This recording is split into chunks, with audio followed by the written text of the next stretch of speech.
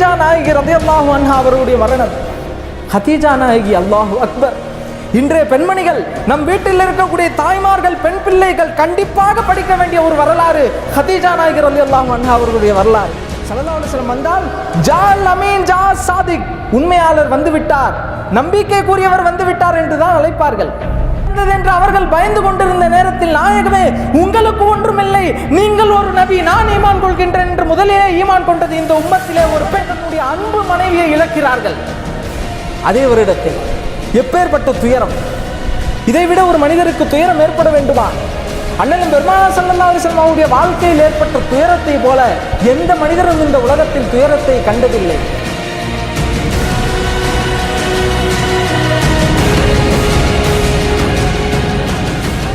It is not a religion only during the time of Prophet sallallahu alaihi wasallam.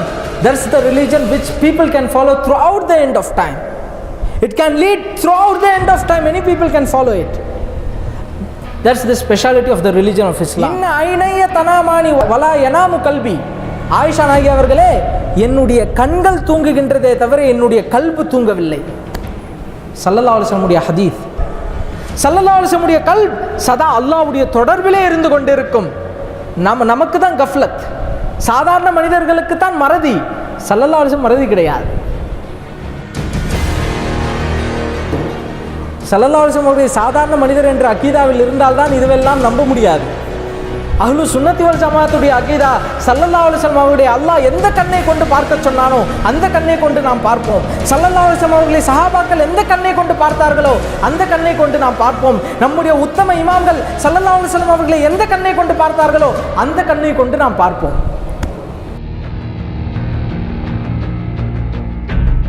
Buraq என்ன ஒரு வாகனம்! புராக் புராக் என்று சொன்னால் அது அரபி வார்த்தை பர்க் என்ற அரபி வார்த்தையிலிருந்து, பர்க் என்று சொன்னால் மின்னல். புராக் மின்னல் வேகத்தில், மின்னலை விட அதிக வேகத்தில் செல்லக்கூடிய ஒரு வாகனம். அது துனியாவுடைய வாகனம் அல்ல, அது சொர்க்கத்தின் வாகனம்.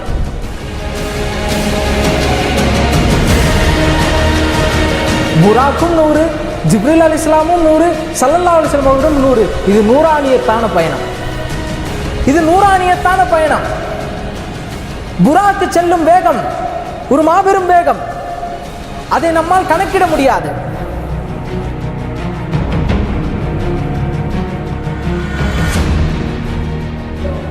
நபிமார்களுடைய உடலை உண்ணுவதற்கு அல்லாஹ் மண்ணிற்கு ஹராமாக்கி உள்ளான். நபிமார்கள் கபரிலே ஹயாத்தாக இருக்கிறார்கள். ஹயாத்துன் நபி, அவர்கள் மதீனாவில் வீட்டு இருக்கிறார்கள், உயிருடன் வீட்டு இருக்கிறார்கள். நாம் சொல்லக்கூடிய சலாமிற்கு பதில் அளிக்கிறார்கள். உள தூய்மையுடன் சென்ற வலிமார்களுக்கு அந்த பதில் சலாமின் சப்தம் கேட்டது. மக்கள் எந்த காதல் கொண்டார்களோ அந்த காதலை கல்வில் சுமந்து மதீனா முனவ்வராவில் சென்று அஸ்ஸலாமு அலைக்க யா சய்யிதி யா ரசூலல்லாஹ் என்று சொல்லி பார்த்தால் பதில் சலாம் உங்கள் காதுகளில் விழும்.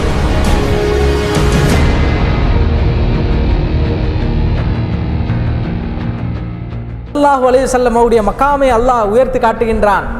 அனைத்து நபிமார்கள், அனைத்து ரசூல்மார்கள் அத்துணை பேரும் ஜெருசலத்துக்கு வந்து விட்டார்கள். அத்துணை பேரும் பைத்துல் மக்திஸுக்கு வந்து விட்டார்கள்.